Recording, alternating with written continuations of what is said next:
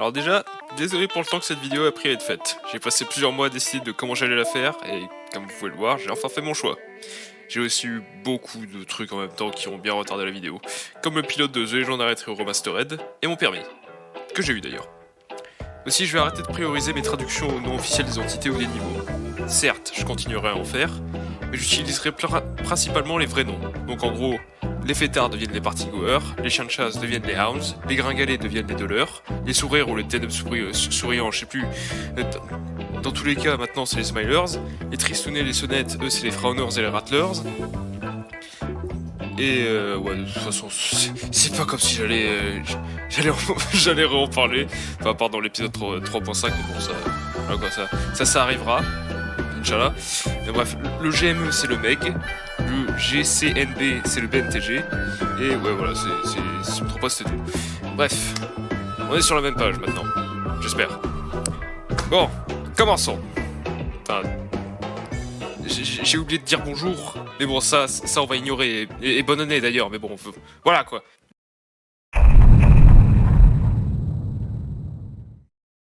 Le level 2, anciennement vu comme un des niveaux principaux des backrooms, est un collage infini de tunnels de maintenance complexes mais euclidiens, de taille variée et ayant plusieurs utilités par le passé. Le schéma du level 2, malgré le bordel que c'est, arrive à rester à peu près cohérent, ce qui permet de le cartographier et même de le comprendre. Les tunnels eux-mêmes, même s'ils ne suivent aucun pattern, prennent tous des virages de 45 degrés et leur longueur en mètres sont toujours des chiffres ou des nombres qui sont dans la table de multiplication de 5. Les tunnels sont aussi très étroits et serrés la plupart du temps pour plusieurs raisons. Des fois c'est à cause des tuyaux, des fois c'est à cause des machines ou d'équipements industriels, ou des fois c'est juste le tunnel qui pète les couilles et qui est tout petit pour rien. Les murs sont faits de béton, le pire cauchemar de Skull, et ce béton, il est crade. Vraiment, il est vieux, il est sale, je pense qu'un germophobe, il se flinguerait s'il arrivait là-dedans. Ou alors il essaierait de nettoyer tout le niveau, mais là, bonne chance. Bref, les murs sont aussi faits de briques des fois. Elles peuvent être noires ou marron boueux, même si dans tous les cas, elles sont sûrement tout aussi crades que les murs en béton. C'est d'ailleurs tellement crade que si vous touchez n'importe quel mur, vous allez en avoir plein les doigts. Ah, les backrooms, c'est bon à s'en lécher les doigts. Bien sûr, je précise quand même au cas où, mais c'est pas que sur les doigts, ça peut se mettre sur tout votre corps, même sur vos vêtements. Cet endroit est vraiment dégueulasse. Sinon, dans la majorité des couloirs, t'as des grosses machines qui n'ont aucune utilité. Genre vraiment, ça pourrait faire des trucs super cool, mais personne n'a décidé de les réparer. Donc à part bloquer le passage et faire joli, bah elles servent à rien. En plus, pas si joli que ça. Sinon, il y a aussi des chariots à plateau des fois. Il peut y avoir des trucs dessus, genre des pièces mécaniques, des barils de pétrole et des boîtes qui peuvent être en bois ou en carton ou même en métal.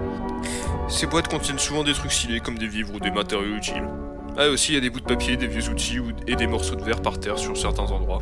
On sait pas pourquoi, c'est là.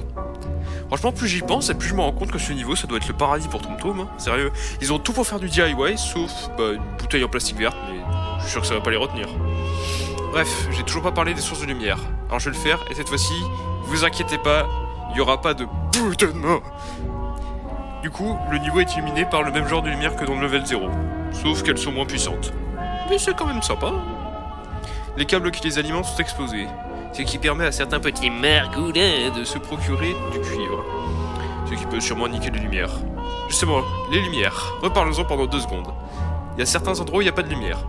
Le wiki dit rien sur ce qui peut se passer dans ces pièces, mais je vous conseille personnellement de pas y aller car à tout moment vous pourriez vous prendre des backshots. Et non, ça m'est pas arrivé. Pas encore en tout cas. Je vous passe les détails sur les câbles et les circuits parce que, soyons honnêtes, on s'en fout. Désolé aux 2-3 électriciens de mon audience inexistante qui voulaient apprendre la structure des films et franchement c'est... Voilà quoi, on s'en branle un peu quoi. Et maintenant, passons à ma chose préférée dans la vie. Les portes. Putain, j'adore les portes. Ouh. Désolé. Bref, il y a des portes un peu partout. La majorité d'entre elles sont verrouillées, mais celles qui ne le sont pas peuvent soit vous mener dans une pièce bizarre, soit dans le néant. Ce qui est peut-être bien si vous voulez voir si le néant a un fond, mais perso, c'est... Me jeter dans le vide, c'est pas un truc que je ferais, perso, c'est vraiment... C'est pas vraiment un de mes projets. Mais bon, assez parlé du design de ce niveau, passons aux bases et aux communautés. Et là, accrochez-vous, parce qu'on va parler de trucs qui datent. Alors depuis 100 ans, le level 2 c'est un peu un endroit qui connecte tous les groupes et factions, car c'est, avec le level 0 et le level 1, un des seuls niveaux auxquels on peut accéder depuis les front rooms. Et parmi le BNTG et le MEG, on trouve l'histoire d'une race primordiale qui a disparu depuis 1850, mais qui est quand même intéressante. Les Machina. Les Machina, c'était en gros des créatures similaires à des animaux qui sont arrivés dans le level 2 vers 1000 ans avant Jésus-Christ. Et comme l'Amérique quand il y a du pétrole, ils ont en quelque sorte colonisé l'endroit et ont pompé ses ressources jusqu'au jour où ils avaient plus rien. Donc leurs nombres ont commencé à chuter très rapidement. Genre vraiment au début il y en avait des milliers, mais en 30 ans on est passé d'un nombre à 4 chiffres à un nombre à 2 chiffres. Bref, malgré ce clair manque d'intelligence, ils ont quand même réussi à évoluer et se construire des espèces d'armures cybernétiques trop stylées avec les pièces mécaniques du niveau. D'ailleurs, quand ils sont morts, le niveau a commencé à régénérer les machines, même si ça les a pas permis de mieux marcher pour autant. J'ai même l'impression que c'est pour ça que rien ne marche en fait. Sinon on a d'autres groupes, genre les Aiding Stragglers, en français les retardataires aidants. Eux ils étaient actifs de 1995 à 2013, même si certains leaders étaient là depuis 1890. Enfin bref, leur truc à eux c'était l'éducation. Ils apprenaient les bases des backrooms aux nouveaux venus, et franchement, c'est bien, c'est cool. J'espère franchement qu'une meute de Hounds ne s'est pas ramenée et ne les a pas tous massacrés. Ah bah merde. Bon, pour vous la faire courte, ils ont été attaqués par des Hounds et des volontaires du mec se sont ramenés pour les aider. Sauf que ce serait trop facile si ça se finissait bien. Donc il y a un Wrangler qui s'est ramené, il a pris les mecs du mec par surprise, ce qui les a empêchés de sauver l'entièreté du groupe. Certes, il y a certains membres qui ont survécu et qui ont fermé un nouveau groupe, les Survivors, mais sinon c'était la fin des Aiding Stragglers. Par contre les Survivors, en plus d'éduquer les gens, ils leur donnent des abris et des vivres. Ils ont même découvert les Wretch, mais ça, c'est pour plus tard. Sinon dans les groupes, on a le MEG et le PNTG évidemment, mais on a aussi les Followers of Jerry, en français les adeptes de Jerry. On peut accéder à leur base grâce à une des portes du niveau. Je vous en parlerai un jour car ces gens, c'est des spécimens. On peut même dire des cas sociaux, mais bon, je suis pas sûr que ça ce soit un mot très gentil en fait. Mais bon, voilà quoi. Bref, une fois dans le niveau, il y a eu une grosse coupure de courant, ce qui a causé un gros bordel. Certains tuyaux ont commencé à se fendre et exploser car ils commençaient à accumuler beaucoup trop de gaz. Et apparemment ce gaz, il sent le cadavre en décomposition. Donc pendant 2 ans, les habitants ils ont dû respirer cette merde. Après ça, le courant est revenu, mais il y a quand même certains endroits où il est coupé. La majorité des groupes se sont d'ailleurs barrés après la coupure, ce qui est compréhensible. Parce que bon, respirer cette merde pendant 2 ans, même moi j'y arriverai pas. Et pourtant, j'en ai vu des choses. Mais bref, passons enfin aux entités. Alors on a des Smilers, des Hounds, des Wranglers, des Wretch, des Facelings, à la fois des adultes et des enfants, des Clumps, des Deathmoth, des Fenêtres, Jerry, des Skin Stealers, des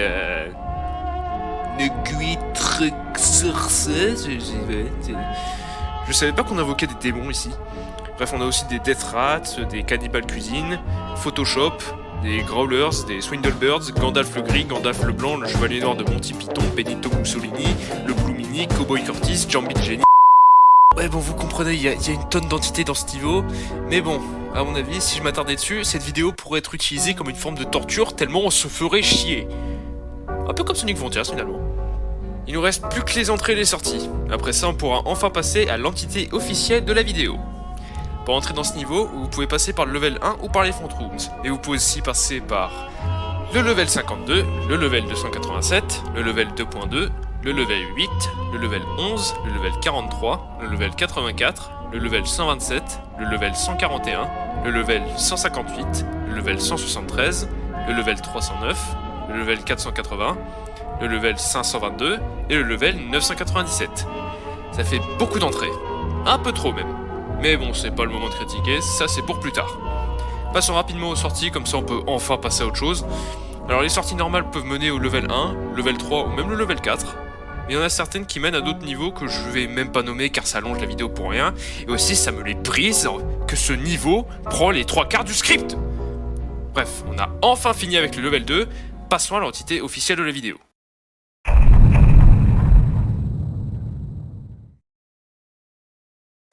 Les Wretches, en français les miséreux, sont des humains zombifiés. Le processus de transformation est très difficile à comprendre, mais de ce qu'on sait, il est sûrement lié à la faim, la soif, le manque de sommeil et l'isolement. Les Wretch sont assez courants dans les backrooms. On peut les trouver en train de rôder dans les endroits où il y a des survivants, même si la plupart du temps on les trouve dans des endroits dangereux ou inexplorés. Le processus de transformation en Wretch est surnommé le Wretched Cycle, ou le cycle misérable en français, et peut durer plusieurs semaines ou plusieurs mois. Il a aussi 3 phases. Les voici. Phase 1. Tout commence avec des démangeaisons et des irritations comparables à une piqûre d'herbe à puce. Puis au fil du temps, la victime commence à devenir erratique et agressive. À ce stade, c'est encore possible d'empêcher la transformation en ayant une alimentation corporelle normale ou en utilisant un des remèdes présentés dans la deuxième phase. Phase 2. La peau et les muscles commencent à se dissoudre d'une façon étrange, ce qui crée des orifices et des pustules. La peau commence aussi à rougir et à peler. Les yeux commencent aussi à s'irriter et à être injectés de sang. Et la perte de cheveux commence. À ce stade, les démangeaisons deviennent insupportables, à un point où certaines victimes se sont grattées au point d'arracher des bouts de peau car elles en pouvaient juste plus. La victime a d'ailleurs toujours la capacité de parler, mais elle réclame juste de l'eau, de la bouffe, ou alors elle appelle à l'aide. Les seuls remèdes qui marchent à ce stade du Wretched Cycle sont l'eau d'amande, les Reality Fresheners et les Wall Masks. Phase 3, la phase qui marque le point de non-retour. Les dents et les ongles de la victime tombent et repoussent à des endroits aléatoires en quantité et taille variée mais jamais normale. Les paupières, les lèvres et le cartilage décident d'abandonner le navire, ce qui oblige les yeux à rester ouverts constamment et à partir en roue libre. On ne sait même pas si la conscience de la victime est toujours là ou si elle a rejoint les paupières. Il est aussi important de noter que les wretches dans ce stade ont une substance boueuse et brune qui sort de leur bouche et de leurs nombreux orifices. Si une personne entre en contact avec cette substance, ça peut la transformer en wretch en quelques minutes. Ce qui est assez bâtard parce que les wretches peuvent le cracher. Bref, grosso modo ces machins sont dégueulasses et la transformation l'est encore plus. Comme dit précédemment, ils ont été découverts par les survivors, et après ça ils ont été trouvés de plus en plus. Ce qui peut vouloir dire deux choses. Soit ils n'ont pas toujours été là, et le wretch découvert par les survivors était le tout premier, soit ils ont juste arrêté de se cacher. Aussi, leurs apparences et leur comportement, parlons-en. Alors déjà, pour le comportement, ça varie d'un wretch à l'autre. Mais en gros, soit ils ont autant de matière cérébrale qu'une méduse, soit ils sont plus intelligents que Suzuki Aizen. Ok, j'abuse un peu, mais ils sont quand même très intelligents, quoi. Leurs vitesses peuvent aussi varier. Certains perdraient une course contre un escargot, tandis que d'autres pourraient gagner une course contre une Formule 1 sans avoir besoin de voiture. Vous vous demandez sûrement comment voir la différence entre un wretch posé et un wretch rapide comme l'éclair. Eh bien, Jamy, c'est très simple. Les wretch grognent et gargouillent beaucoup et la différence de ton est ce qui permet de les différencier. Ceux qui sont lents et cons comme des chaises font des bruits avec un ton grave, tandis que ceux qui courent comme une Usain Bolt et qui ont un QI de 143 font des bruits avec un ton aigu. Et sans perdre de temps, leurs apparences. Elles sont tout aussi variées que le reste de leurs attributs, et même si les phases 2 et 3 du Wretched Cycle décrivent assez bien à quoi ils ressemblent, je vais quand même les décrire bien dans le détail, histoire de vous donner une bonne envie de gerber. Pour commencer, les Wretch ont tous une peau rouge brunâtre. Leur peau est aussi visiblement très sèche et elle pèle en continu. Pour ce qui est de leur corps de façon globale, il est squelettique et couvert de nombreux orifices et pustules qui sécrètent la même substance brune et boueuse mentionnée un peu plus tôt. Il est aussi important de noter que malgré le fait qu'ils ont des brindilles qui les servent de corps, ils possèdent la résistance d'un mur de briques et la force de Hulk. Ce qui veut dire que si vous essayez de leur foutre une balayette, ils vont complètement vous remettre à votre place. Bref, sinon il y en a certains qui portent des vêtements et des accessoires mutilés, ce qui peut permettre à certains de reconnaître qui le wretch était avant la transformation. Et aussi certains wretch peuvent avoir des mutations spéciales, comme par exemple des membres en trop, des yeux en trop sur les endroits au pif, et même des ailes squelettiques, ce qui est, avouons-le, super métal. Bon, passons aux choses à faire et à ne pas faire. Déjà, les choses à faire. Essayez de vous sauver ou de sauver quelqu'un d'autre avec un des remèdes mentionnés précédemment. Écoutez leur vocalisation pour évaluer le niveau de menace d'un wretch. Dormez, mangez et hydratez-vous régulièrement pour empêcher le début de la transformation. Et maintenant, les choses à ne pas faire. Tentez de sauver un wretch au stage 3. Perdre votre humanité dans le Wretched Cycle. Et bah, une entité bien dégueulasse. J'espère que vous n'étiez pas en train de bouffer, parce que bah sinon... Désolé, j'imagine. Mais bon, là, logiquement, c'est le moment où je fais une transition vers un level fan-made fait par un abonné ou un pote, mais j'en ai pas, donc à la place, bah, on va parler de mon level et de mon entité préférée. Youpi!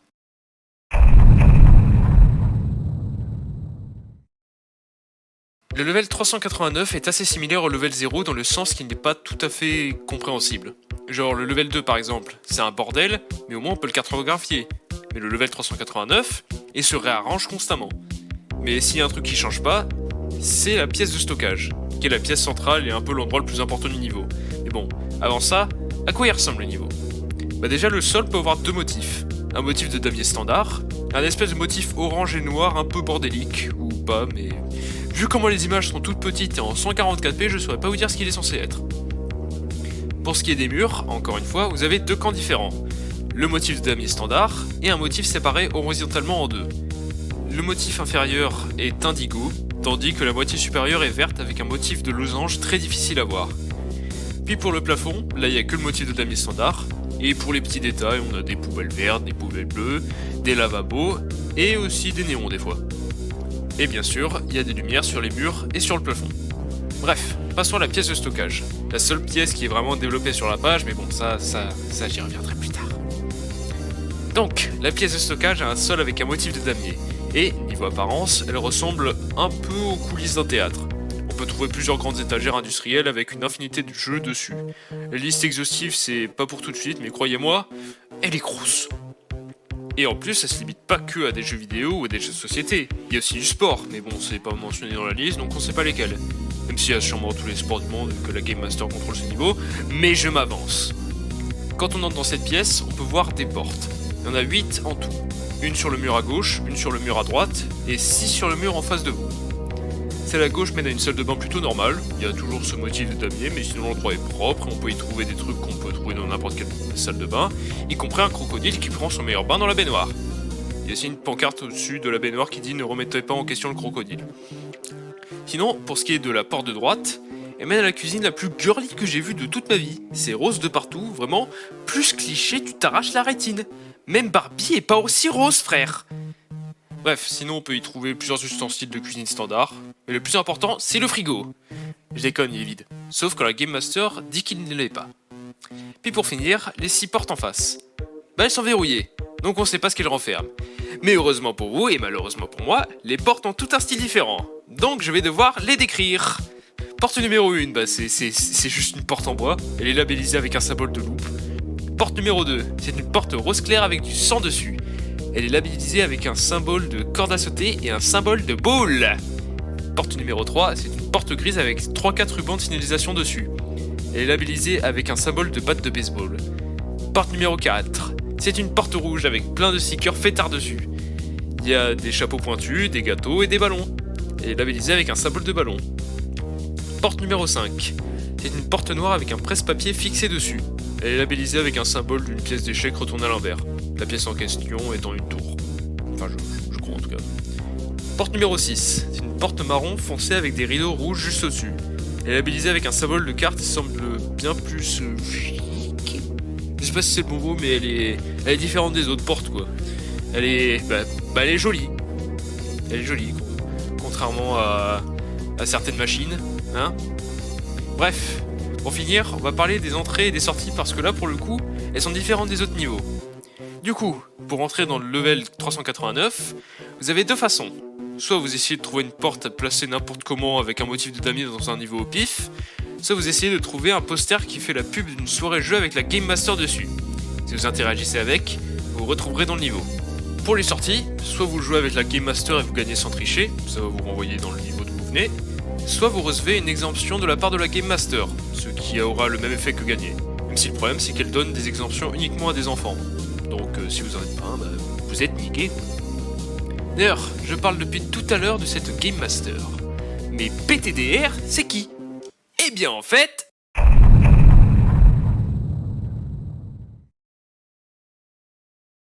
La Game Master, ou en français la maîtresse des jeux, est la seule entité qui réside dans le level 389. C'est une marionnette grandeur nature d'une bouffonne. Son costume est séparé en deux, avec une moitié principalement bleu clair avec quelques touches de jaune ici et là, et une autre moitié principalement jaune avec quelques touches de bleu clair. Il y a aussi des petites sphères rouges sur son costume. Elles sont sur les points de son chapeau, les bouts de ses chaussures, et le milieu de son torse. Si vous arrivez à les presser... presser les sphères, je préfère préciser quand même. Elles feront le même bruit qu'un jeu pour chien. Niveau biologie, la Game Master est très peu, voire même pas du tout organique. Son visage est un écran qui a deux croix pour les yeux et un sourire cartoonesque la plupart du temps, même si elle peut bien sûr changer ce qu'il y a dessus. Pour ce qui est du reste de son corps, ses extrémités sont faites de bois et tout son corps est fourré avec du coton. Et le premier qui fait une blague sur le fait que je dis qu'elle est fourrée, je le dégomme! Ah, et aussi il y a des fils rouges autour de ses poignets, de ses chevilles et d'autres parties de son corps. Ces fils semblent être la seule façon qu'elle a de bouger, même si personne n'a réussi à trouver leur source car ils semblent s'étendre vers le haut indéfiniment. Niveau personnalité, elle est erratique, excentrique et un peu espiègle. Elle peut paraître approchable et fun dit comme ça, mais croyez-moi, c'est tout le contraire. À part si vous aimez jouer avec une meuf instable qui adore tricher au jeu auquel elle joue. Mais bon, ça c'est pas forcément un truc que j'aime. C'est drôle parce qu'en plus, elle fait semblant d'être une adepte des règles alors que c'est la première à vous la mettre à l'envers dès que vous regardez autre part pendant 2 secondes. Mais bon, passons. Elle est très fière de sa collection de jeux et clame haut et fort qu'ils sont originaux et complètement créés par elle. Sauf que ces jeux ressemblent énormément à des jeux qui existent déjà dans les front rooms. Genre par exemple le Capitalisme, qui est juste le Monopoly sans Monsieur Monopoly, Battle Planes, qui est juste la bataille navale avec des avions et des bombes nucléaires, ce qui est franchement très américain. Il y a aussi Red Herring. Il y a plusieurs joueurs qui essaient de résoudre un meurtre qui a eu lieu, sauf un, le tueur. Le tueur doit essayer de faire en sorte que les gentils accusent la mauvaise personne et... Non! Non! Non! Sors de ma tête! Bref, il y a plein d'autres jeux bien, mais ça sert un peu à rien de s'attarder dessus, car dans tous les cas, on a les mêmes chez nous. Mais en mieux! Même si ces jeux à elle sont très souvent faits pour qu'elle ait constamment l'avantage. Non mais sérieux, mais c'est un truc de dingue! Ces jeux sont plus faciles pour elle, mais elle sent quand même le besoin de tricher! Enfin, au moins elle vise pas vers le dessus, c'est déjà ça, mais bon, merde quoi! Ah, et aussi, quand elle est inactive, elle est à plat ventre sur le sol. C'est un peu le moment où elle fait un bon gros dodo. Et très souvent, vous allez même la trouver comme ça. Mais sinon, des fois, vous pouvez la trouver en train de jouer à des jeux vidéo toute seule, ou même en train de parler toute seule derrière un rideau. Et une dernière chose sur sa personnalité, elle adore faire des références à des mèmes. Je pose ça là, c'est pas forcément utile, mais bon, c'est rigolo. Bref, niveau capacité, elle peut altérer la réalité dans le level 389. Elle peut aussi censurer n'importe quelle photo ou vidéo d'elle. La censure en question se présente comme un écran noir. Simple mais efficace. C'est pas pour ça que toutes les images qu'on a d'elle sont juste des dessins ou des peintures d'ailleurs. C'est parce que prendre une photo ou une vidéo d'elle est juste impossible. Même le poster, il peut censurer les photos et les vidéos. D'ailleurs, le poster, parlons-en. Parce qu'il est très intéressant. Et aussi, il a causé une sorte d'incident. En gros, pour vous la faire courte, dans le level 1, t'as un type qui a trouvé un poster et du coup il a envoyé un mail au Meg pour signaler ça parce que de ce qu'on sait, c'est la Game Master est incapable de quitter le level 389, donc qu'est-ce qu'il fout là, ce connard de poster? Du coup, un membre du Meg lui a répondu et ils ont papoté sur le fait que c'est trop bizarre et que les agents sont en route. Mais le truc le plus important, c'est que le type a tenté de prendre une photo du poster. Mais comme j'ai expliqué juste avant, la photo s'est censurée. Mais il n'y a pas eu que ça. Les yeux de la Game Master sur le poster ont bougé pour regarder le type. Mais aussi, vers la fin de la correspondance, le type a cessé de répondre. La question qu'on se pose tous, je pense, c'est si la Game Master ne peut pas quitter le level 389, alors qui met ses posters? Parce qu'il est clair qu'elle peut observer les gens à travers ses posters, c'est évident. Mais en fait, j'ai une théorie. Et si, quand on dit que la Game Master ne peut pas quitter le level 389, ça veut juste dire qu'elle peut pas en sortir de la même façon que nous, même qu'elle ne peut pas nous clipper. Et si les 6 portes verrouillées menaient à d'autres niveaux? Ce qui me fait penser ça, c'est surtout cette porte rouge avec un style très fêtard. Ça rappelle beaucoup les partygoers et le level fun. Surtout qu'en plus, jusqu'à maintenant, il y a qu'eux qui utilisent des trucs liés à des fêtes, comme des gâteaux et les ballons. Peut-être que j'ai raison, ou peut-être que je suranalyse comme un connard et qu'en fait elle demande juste à son Discord Kitten de mettre des posters un peu partout, mais bon. C'est ça qui est fun avec les théories, c'est que tu peux interpréter des trucs de plusieurs façons différentes. Mais enfin, revenons au fait avec un autre mystère. Personne ne sait quand est-ce que la Game Master est apparue, ni quand est-ce qu'elle a été découverte. Tout ce qu'on sait, c'est qu'elle a des jeux et des objets qui viennent du siècle dernier. Littéralement. Et aussi t'as The Lost qui vénérait une divinité qu'ils appelaient Nunca à l'époque. Nunca ressemble beaucoup à la Game Master, donc c'est probablement la même entité. Ce qui veut dire que la Game Master est très vieille parce que The Lost, c'est la première faction des Backrooms. Et si j'ai bien compris leur page, les mecs sont là depuis des millénaires avant Jésus-Christ. Putain, moi qui voulais se match de Game Master. Ah quoi? Ah non, mais j'ai rien dit, moi, je vois pas du tout. Bref, passons à la dernière partie avant les choses à faire et à ne pas faire. La partie sur la vérité absolue. Voyez-vous, à un moment dans l'histoire de la page de la Game Master, le lien vers une page cachée a été glissé tout en bas de la page. Cette page cachée contient des grosses révélations sur le lore. Déjà, notre narrateur c'est un type qui s'appelle Komohoid, ou Komohwad, on va juste dire Komohoid. Il se considère comme la vérité absolue. Et sur la page secrète, il nous explique en cursif qu'au début, il y avait un énorme potentiel. T'avais des concepts qui se formaient à gauche et à droite, mais ils aboutissaient pas jusqu'au jour où 24 dieux se sont ramenés et ils ont transformé cette existence chaotique en un truc un peu plus vivable. Et aussi ils ont fait une danse primordiale qui a donné naissance à des âmes. Je savais pas que les dieux ça aimait les orgies, mais... qu'un son délire, j'imagine. Komohoid nous dit aussi qu'il est le 24e dieu et que ses aînés le sous-estiment parce que son pouvoir n'est pas en rapport avec de la ruse ou de la puissance. Son pouvoir, c'est de faire rire les gens une dernière fois avant leur mort. Et après, il se demande pourquoi il est sous-estimé. Non mais l'ego, ça peut faire des choses aux gens. Bref, Il suggère vaguement dans le texte qu'il est celui qui tire les ficelles de la Game Master, même si l'image tout en bas le confirme à 100% que c'est lui, et il dit qu'il sera le dernier dieu à quitter l'existence vu qu'il est le plus jeune. C'est beaucoup, mais de ce que je sais on n'en a pas plus. Après je pourrais avoir tort parce que j'apprends la majorité des trucs en même temps que j'écris ce script, même si dans le cas du level 389 et de la Game Master je connais tout par cœur, mais ouais, peut-être que ça mènera quelque part plus tard. Bref, passons aux choses à faire et à ne pas faire. Alors les choses à faire. Ignorez les messages de la part d'inconnus qui vous invitent à aller dans le level 389. Suivre les règles du jeu auquel vous jouez. Signaler toutes vos rencontres avec elle ou des trucs en rapport avec elle au Meg. Et les choses à ne pas faire, perdre un jeu, parce que si vous perdez, elle vous tue, il n'y a pas de négociation. Aller au level 389, tricher au jeu auquel vous jouez, narguer ou ridiculiser la Game Master, et essayer de combattre ou questionner la Game Master. Et avec ceci, ce segment est terminé. Et on peut enfin passer au classement des levels et des entités. Ouh!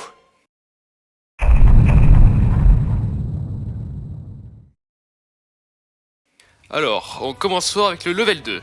Franchement, il est très bien fait. Il regorge de l'or, mais il y a aussi beaucoup trop de trucs. Ce qui est compréhensible parce que c'est un des premiers niveaux à avoir été fait, mais c'est quand même titanesque. N'empêche que le lore est quand même cool. Donc voyons voir. Niveau esthétique, je lui colle un 4 sur 5. J'aime beaucoup le concept d'un collage de tunnels très crade et occasionnellement claustrophobe, mais c'est pas mon truc préféré non plus. Niveau écriture, je lui colle un 5 sur 5. C'est très détaillé et bien écrit, et franchement, même sans les images, tu peux avoir une bonne idée de la gueule du niveau et de son lore.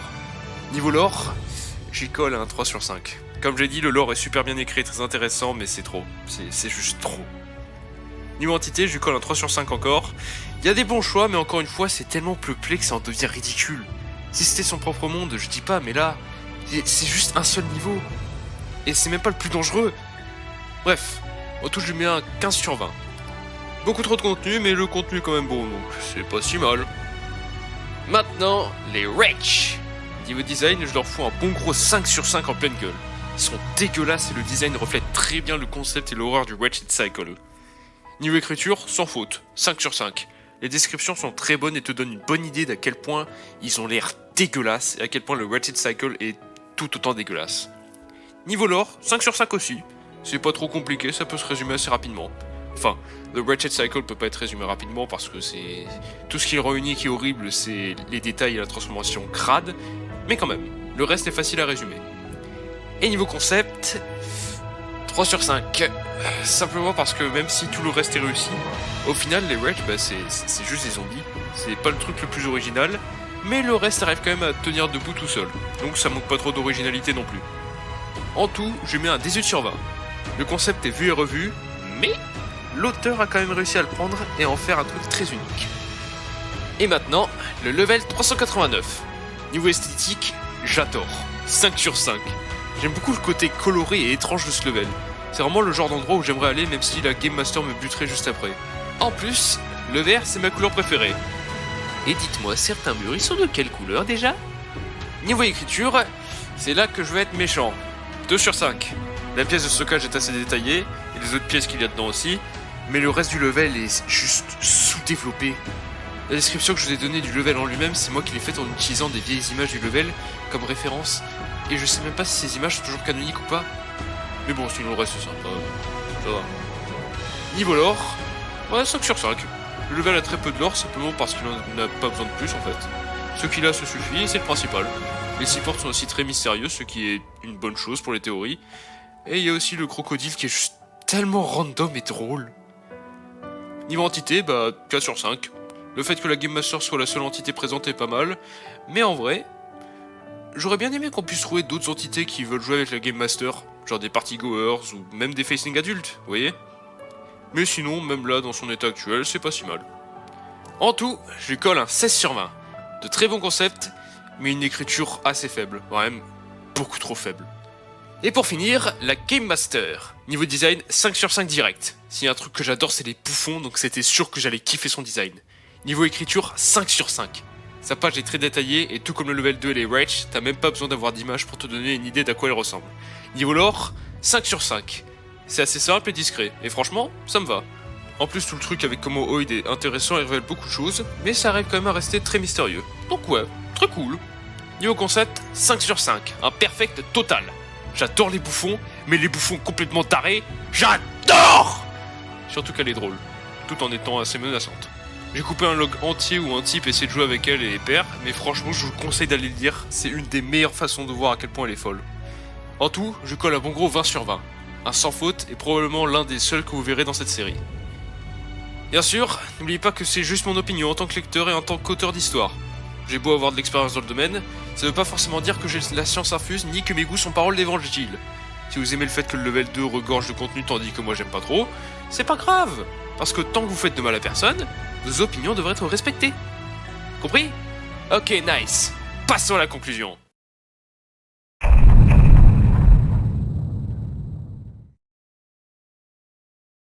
C'est enfin la fin de la vidéo, mais partez pas tout de suite car j'ai toujours des trucs à dire. Déjà, merci d'avoir attendu la vidéo. Je comptais la sortir le jour d'Halloween de l'année dernière, mais à la place j'ai sorti le pilote de The Legendary Hero Remastered.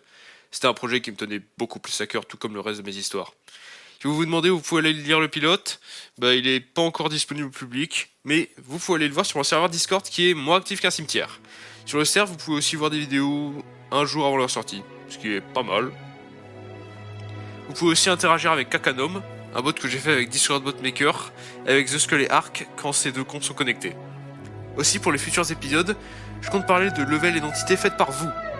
Donc, pour me proposer vos créations, allez simplement sur mon serveur Discord. Logiquement il y aura un channel fait pour ça quand la vidéo sortira, et si j'oublie, n'hésitez pas à me gueuler dessus pour que je le fasse. Par contre, attention, je préfère prévenir, vos levels et vos entités seront pas épargnés par le classement. Mais vous inquiétez pas, même si je pourrais être dur des fois, c'est pas pour vous couper l'envie de créer ou vous traîner dans la boue. C'est juste pour vous aider à être meilleur. Je ne fais que donner mon avis, c'est tout. Bref, quoi d'autre? Ah oui, j'ai quitté Twitter, maintenant je suis sur Blue Sky. Voici mon pseudo pour celles et ceux qui veulent me follow là-bas. Je poste des trucs en rapport avec mes histoires et je retweet des memes et des comics et d'autres trucs que j'aime. Bon, je crois que j'ai tout dit. Abonnez-vous, mettez la cloche et likez si vous avez aimé. C'était Pifonto, et à plus!